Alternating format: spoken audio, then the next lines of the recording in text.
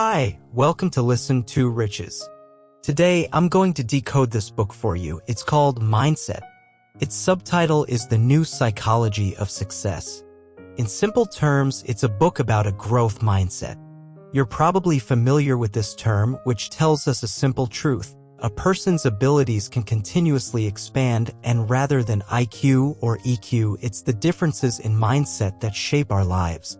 The author of the book is Carol Dweck, the pioneer of this concept.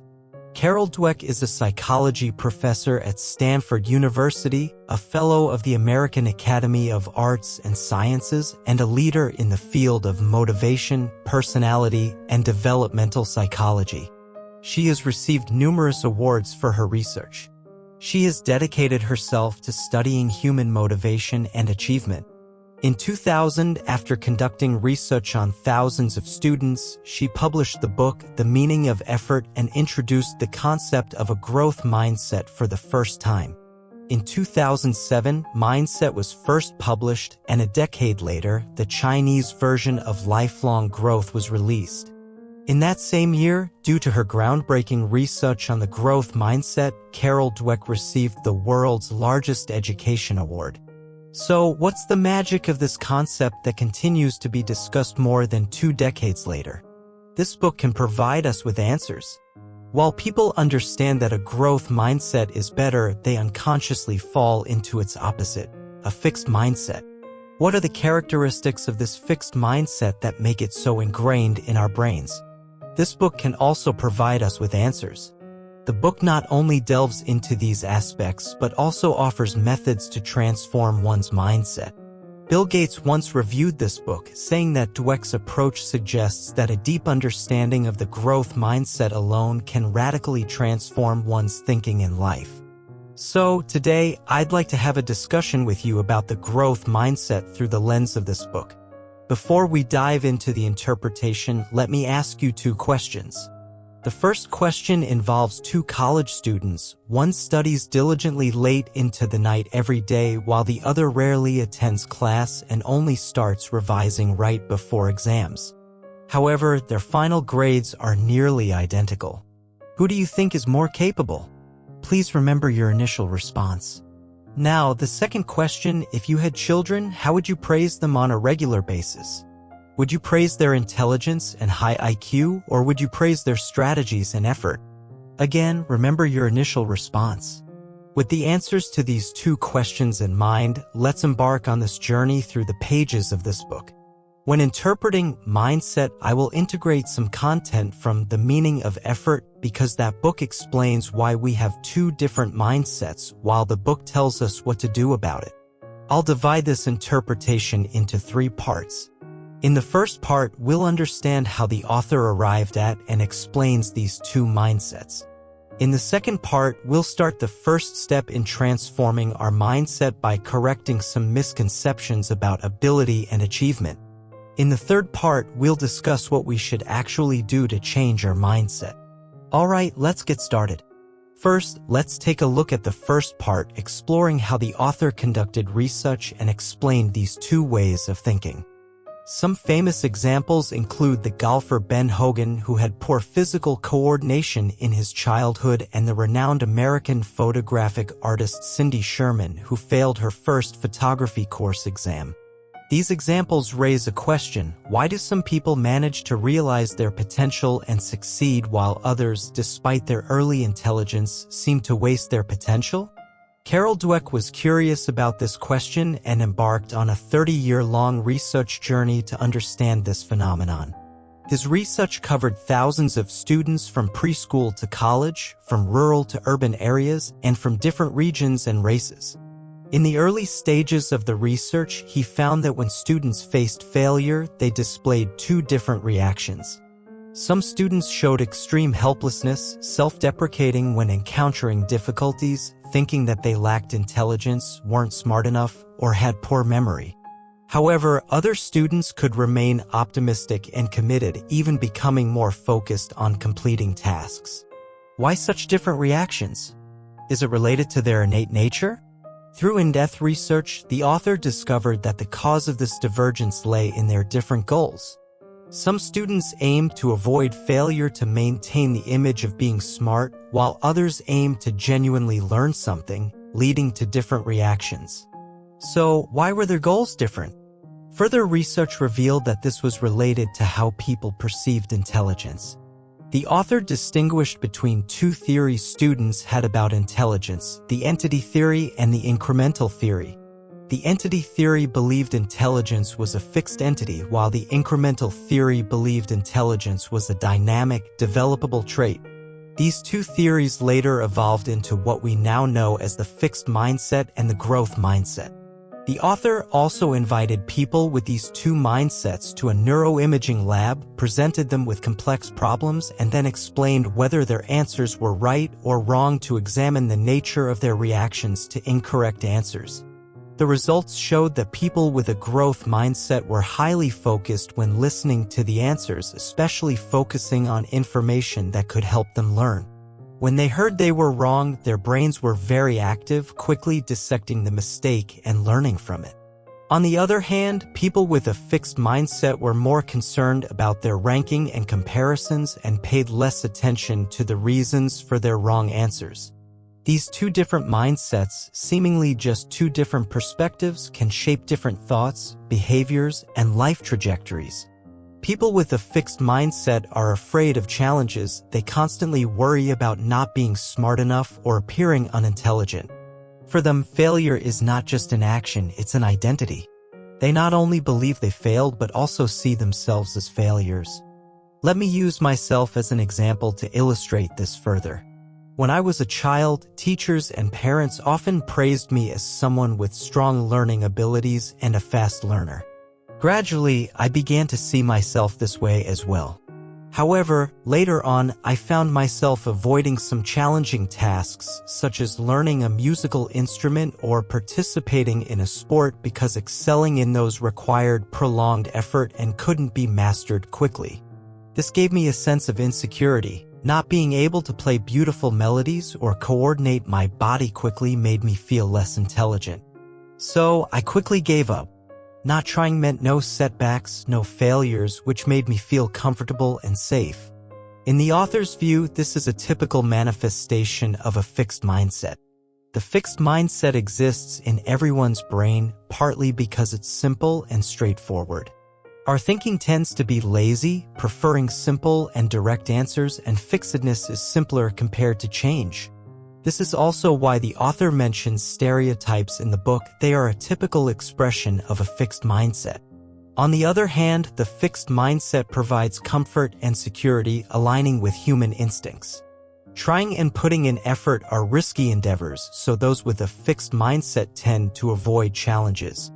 The author suggests that this is because individuals with a fixed mindset fear becoming failures and worry about appearing inadequate in terms of their abilities. Even when they achieve success, the pressure to continuously maintain that success becomes overwhelming. Thus, being an average person who seeks solace in self-pity may seem simpler. So, whether it's to uphold an image of intelligence or to remain a safe and comfortable average person, the fixed mindset aligns more with human instincts. This is why the author mentions that each one of us holds some degree of a fixed mindset. In contrast, individuals with a growth mindset do not perceive challenges as threats to their intelligence, nor do they linger within the confines of their comfort zones. They believe their abilities can continually develop, and they view difficulties as opportunities for self-growth. They do not self-deride in the face of failure, but see it as a chance for self-improvement. They aren't always self-assured, but even when they recognize their shortcomings in a particular area, they wholeheartedly engage and persevere.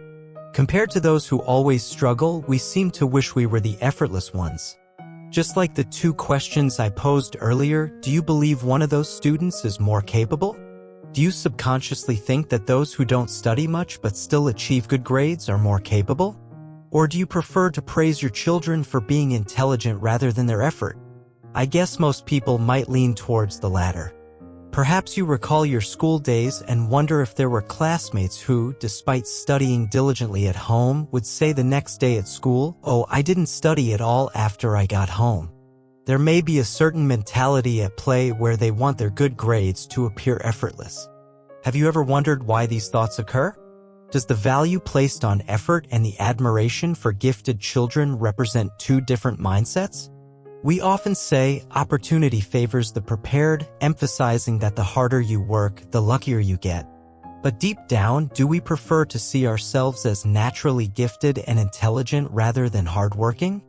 So, ultimately, do we hold some misconceptions about ability and achievement? This is what we're going to explore in the second part, how to transition from a fixed mindset to a growth mindset. In this book, the author tells us that the first step is to change these misconceptions. Next, we'll examine how some notions about ability and growth may not align with reality. The first misconception revolves around human intelligence, specifically whether a person's intelligence can change.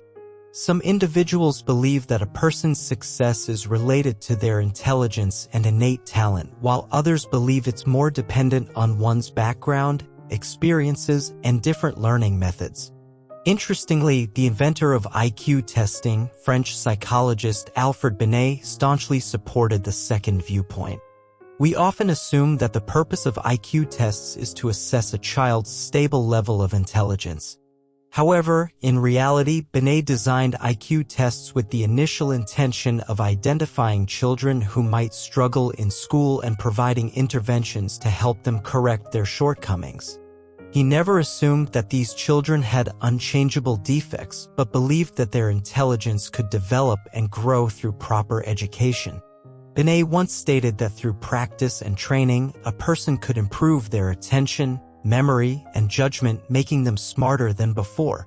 This suggests that a person's intelligence itself can change. The second misconception revolves around talent and genius. We must acknowledge that not all children are born with the same talents. What we often refer to as child prodigies are children who display exceptional cognitive abilities in a specific field. However, research suggests that the talent of child prodigies doesn't merely manifest in their abilities, it also lies in their insatiable curiosity and desire for exploration. These child prodigies are inherently passionate about a particular field and achieve excellence through relentless pursuit. Take a boxer, for example. We might assume that physical attributes are paramount, yet Muhammad Ali, before becoming a boxing champion, never met the physical criteria for elite boxers at the time. He wasn't a natural-born boxer and even had rudimentary boxing skills. However, Ali excelled in his observational skills. He studied his opponents, delved into their boxing styles, analyzed information, tried to understand their thought processes, and used this knowledge to defeat them. This demonstrates that Muhammad Ali didn't possess an innate talent for boxing. Rather, he achieved success through sheer effort. Here's another example. If I asked you to imagine Thomas Edison, what scene would come to mind? When the author posed this question to others, the answers were often similar. People would envision him in a laboratory, working diligently amidst a multitude of instruments as a solitary, intellectual figure lost in thought. However, in reality, Edison was not a recluse. In his research on the light bulb, he had 30 assistants, including other professionally trained scientists. The invention of the light bulb did not occur suddenly, it developed gradually through multiple iterations and innovations.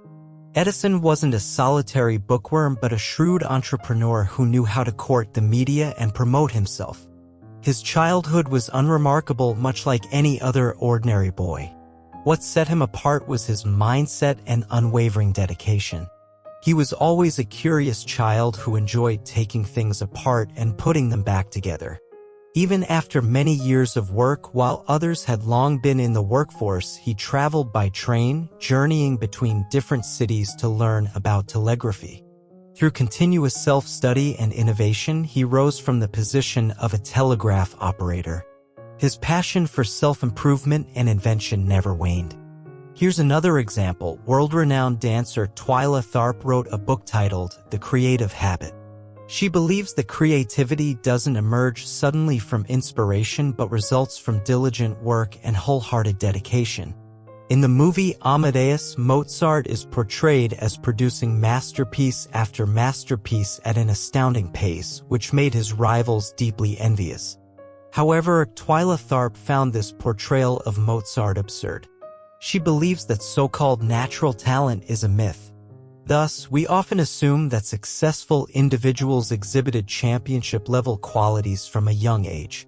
However, many who were labeled as geniuses in their field were once evaluated by authorities as having no future in their early years. An educational researcher studied 120 outstanding successful individuals, including pianists, Olympic athletes, world-class tennis players, and mathematicians, among others. Most of them were not outstanding in their childhood and did not display apparent talents. However, through continuous effort and dedication as well as support from those around them, they eventually reached the pinnacle of their fields.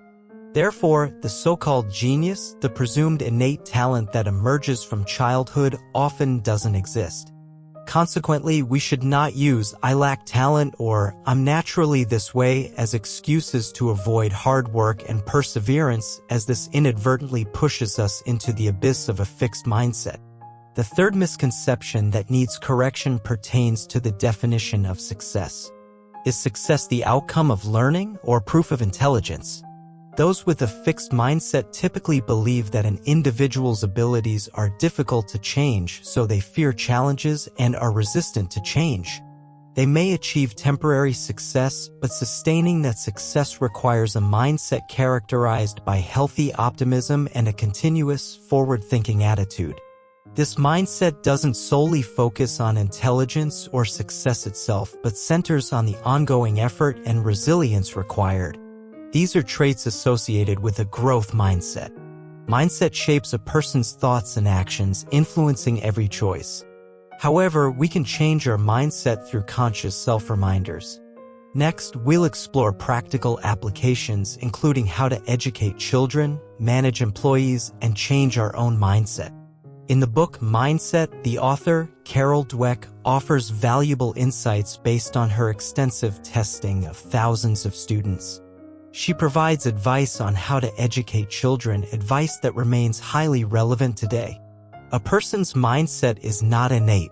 Rather, it is significantly influenced by the upbringing and education provided by parents and teachers during childhood.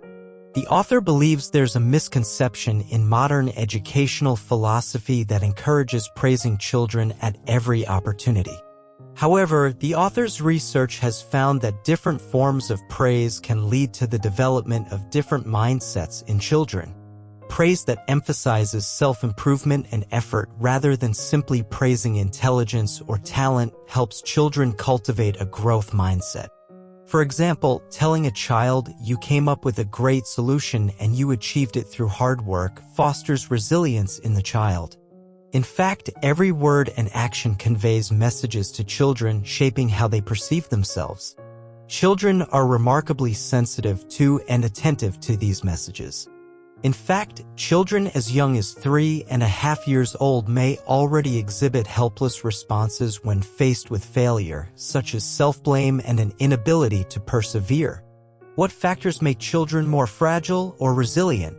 Most children have a positive self-perception, but the difference between fragile and resilient children lies in whether their self-esteem is conditional. If parents frequently respond to their behavior in evaluative ways, children may feel that their parents' love is conditional. The author conducted a longitudinal study of a group of children, tracking their growth from age 6 to college graduation. He found that children with a fixed mindset often believed they had to meet their parents' expectations for their parents to love and respect them. For example, one respondent stated, "My parents will only approve of me if I meet their expectations." In contrast, a growth mindset tells us not to evaluate children as a whole, but to focus on their efforts and strategies. When children face failure, it's essential not only to acknowledge their efforts but also to help them understand why those efforts were ineffective and guide them toward alternative strategies and resources. Secondly, we shouldn't let children think that parental love is conditional. Giving them room to grow and make mistakes helps shape their more independent personalities. If we view educating children as a form of management, what insights can these two mindsets offer us in the realm of real business management? In this book, the author mentions a term called CEO disease, which refers to a mindset that desires to stand on a pedestal and appear flawless. CEOs often face a choice: should they confront their own shortcomings or create a perfect world for themselves? Leaders with a fixed mindset believe there's a hierarchy of superiority among people, and they must continually prove themselves to be in the excellent category. For them, personal greatness takes precedence over company success. In this mindset, outstanding performance or innovative thinking by employees might be seen as a threat rather than encouraged.